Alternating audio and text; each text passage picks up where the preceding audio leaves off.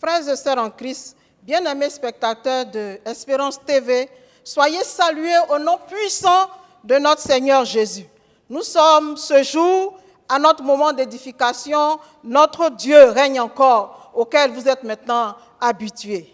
La thématique à laquelle je voudrais vous inviter se définit comme suite. Seigneur, tu es le potier et moi, je suis l'argile. Et notre texte d'appui, frères et sœurs, nous le trouvons dans la prophétie de Jérémie en son chapitre 18, les versets 1 à 6, que je vous invite à lire. Mais avant cette lecture, recommandons ce moment au Seigneur. Seigneur Jésus, nous te remercions de nous avoir accordé cette opportunité d'entendre ta parole qui est esprit et vie. Permets à toute personne qui va l'écouter de trouver la réponse à ces questionnements au nom de Jésus. Amen. Lisons à présent notre texte, Jérémie chapitre 18, versets 1 à 6. Nous lisons dans la version 8 secondes. Si vous y êtes, voici ce qui est écrit. La parole qui fut adressée à Jérémie de la part de l'Éternel en ces mots. Lève-toi et descends dans la maison du potier. Là, je te ferai entendre mes paroles. Je descendis dans la maison du potier, et voici, il travaillait sur un tour. Le vase qu'il faisait ne réussit pas, comme il arrive à l'argile dans la main du potier. Il en refit un autre vase, tel qu'il trouva bon de le faire. Et la parole de l'Éternel me fut adressée en ces mots. Ne puis-je pas agir envers vous comme ce potier, maison d'Israël, dit l'Éternel. Voici, comme l'argile est dans la main du potier, ainsi vous êtes dans ma main, maison d'Israël. Voici la parole de Dieu. Amen. Bien-aimés dans le Seigneur, cette période d'élection est angoissante, stressante à bien des égards pour beaucoup de personnes parce qu'elles ne savent quelle attitude adopter et surtout parce qu'elles n'ont aucun repère. Mais pour nous qui sommes en Christ, devons-nous avoir cette même position ou quelle devait être notre attitude? Le psaume 20, en son vers 8, déclare ceci. Ceux-ci s'appuient sur leurs chars, ceux-là sur leurs chevaux. Nous invoquons le nom de l'Éternel, notre Dieu. Fin de citation. Cela nous amène, bien-aimés dans le Seigneur, à évaluer notre niveau de consécration et de dépendance vis-à-vis de notre Seigneur et Maître Jésus-Christ. Chaque dimanche, si vous vous en souvenez, au moment de la prière pour les offrandes, le prédicateur a pour habitude de dire la phrase suivante. Consacrons nos offrandes à Dieu. Cela signifie que ces offrandes sont à Dieu et nous les lui apportons et nous attendons de lui des directives pour son utilisation. Parce que désormais, même si ces fonds sont sortis de nos poches, cet argent ne nous appartient plus. Il est celui du Seigneur. C'est la même chose, frères et sœurs, lorsque nous venons à Christ. Nous disons, Seigneur, je te consacre ma vie. Je veux marcher avec toi et faire ta volonté. Nous devenons alors comme l'argile dans la main du potier et en principe, nous devons nous laisser modeler, manipuler, orienter, diriger par le Seigneur. C'est pourquoi, bien-aimés dans le Seigneur, spectateurs de TV Espérance, Jérémie, le prophète, dans notre texte d'appui, se voit ordonné par Dieu de descendre dans la maison du potier. Lève-toi et descends, lui dit le Seigneur. Le Seigneur lui donne un ordre, une injonction, un commandement de la part du Seigneur, du Dieu qui a appelé Jérémie à son service. Et Jérémie obéit. Il se lève sans poser de questions, comme un bon soldat, recevant les ordres de son supérieur. Oui, Jérémie sait que pour Dieu, l'obéissance vaut mieux que les sacrifices. Et à cette obéissance sont attachées des bénédictions, comme l'atteste Deutéronome en son chapitre 28, les versets 1 à 7, que je vous invite à relire. En effet, quand nous sommes au Seigneur, nous n'avons plus de volonté propre. Nous n'avons plus d'opinion propre. Car la soumission à notre Maître au travers du Saint-Esprit doit être de rigueur. Ensuite, frères et sœurs, nous voyons dans notre texte d'appui que Jérémie arrive effectivement chez le potier et il trouve le potier en train d'accomplir une tâche. Il assiste à une scène. Le potier fait un ouvrage et il est non satisfait de cet ouvrage réalisé. Il le détruit. C'est alors que le Seigneur se saisit de cette scène pour donner une leçon à Jérémie. On voit que le potier devient le maître. Il dispose de l'agir comme il veut. Il y a donc une hiérarchie dans les rapports de force. Cela signifie, frères et sœurs, que Dieu a tous les droits sur les enfants d'Israël, qui sont son peuple, qu'il a sortis d'Égypte, de la maison de servitude. Il les a choisis pour en faire son héritage.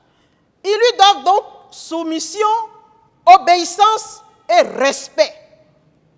Il décide pour eux dans tous les domaines. Il décide pour eux dans tous les domaines de leur vie. Aucun domaine n'est réservé à eux. Ils disposent d'eux à leur convenance. Donc, Dieu s'attend à ce que leur obéissance soit totale. Mais en réalité, est-ce que c'est ce qui se passe? Je voudrais, à cause de ce thème, que nous puissions nous poser les bonnes questions. Regardons ensemble des choses simples, frères et sœurs. Qui établit notre menu quotidien quand nous voulons manger? Qui choisit les vêtements que nous portons?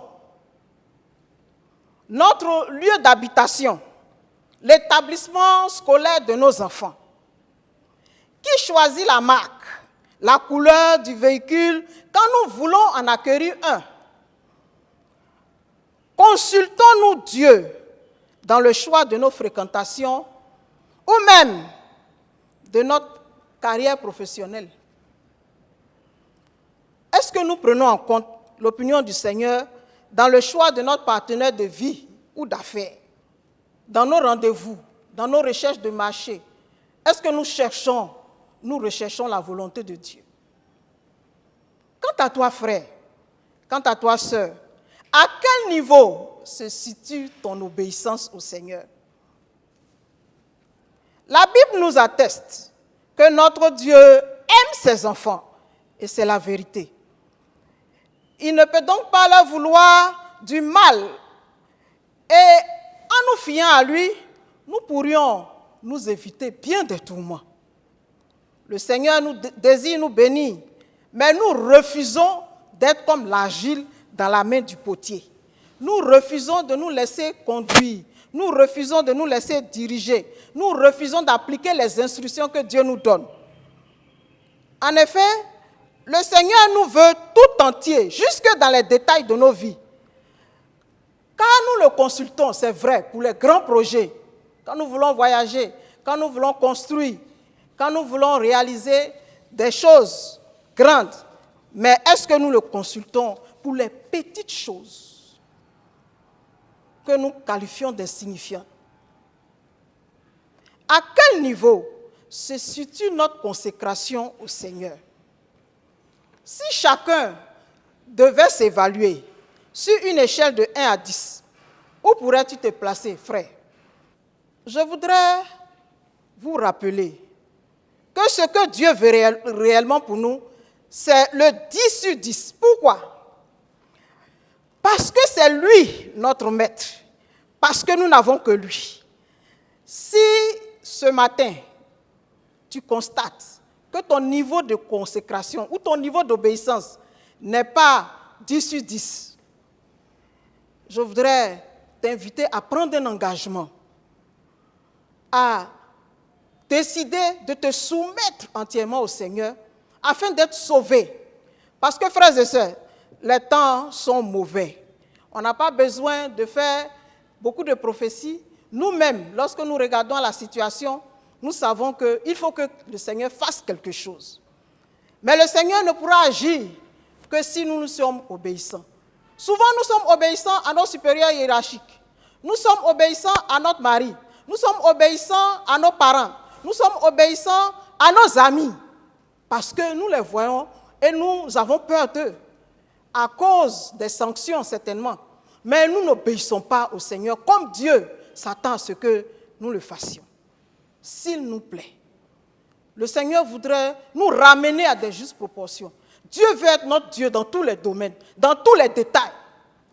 Consacrons-lui notre vie. Et revenons, interrogeons le Seigneur pour chaque action, pour chaque décision à prendre, pour que Dieu nous oriente. Que le Seigneur nous aide, frères et sœurs. Ce n'est pas facile, parce que la volonté de Dieu peut ne pas être la nôtre. La réponse de Dieu peut ne pas être celle à laquelle nous attendons. Mais nous devons quand même y faire face et obéir, comme Jérémie l'a fait. Jérémie a obéi et il est descendu. Et le Seigneur dit, au travers de ce texte, qu'il voudrait être pour les enfants d'Israël, c'est-à-dire pour ses enfants, comme ce potier. Donc, il voudrait être le maître. Et nous, l'agile, laisser notre volonté être celle du Seigneur, nous plier à la volonté du Seigneur. Puisse le Seigneur nous y aider.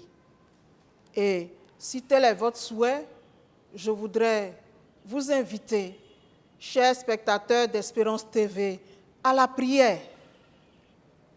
Seigneur Jésus, nous te bénissons parce que tu nous as parlé ce matin. Au travers de cette image, de cette scène à laquelle Jérémie a assisté avec le potier, Seigneur, nous reconnaissons que certains des aspects de nos vies ne te sont pas encore entièrement soumis. Nous ne nous sommes pas encore entièrement consacrés dans tous les domaines à toi. Il y a certainement des domaines que nous nous réservons jalousement. Mais ce matin, nous te demandons pardon. Nous nous repentons et nous prenons la décision à compter de cet instant de nous abandonner à toi pour tout et dans tous les domaines et de faire ta volonté à tous les niveaux, quel que soit ce que cela va nous coûter. S'il te plaît, Seigneur, nous avons besoin de ton aide parce que sans toi, nous ne pouvons y arriver. Saint-Esprit, nous t'appelons au secours. Saint-Esprit, nous avons besoin de toi dans notre situation. Nous voulons nous soumettre à ta volonté. Bénis-nous et garde-nous. Au nom puissant de Jésus, Amen.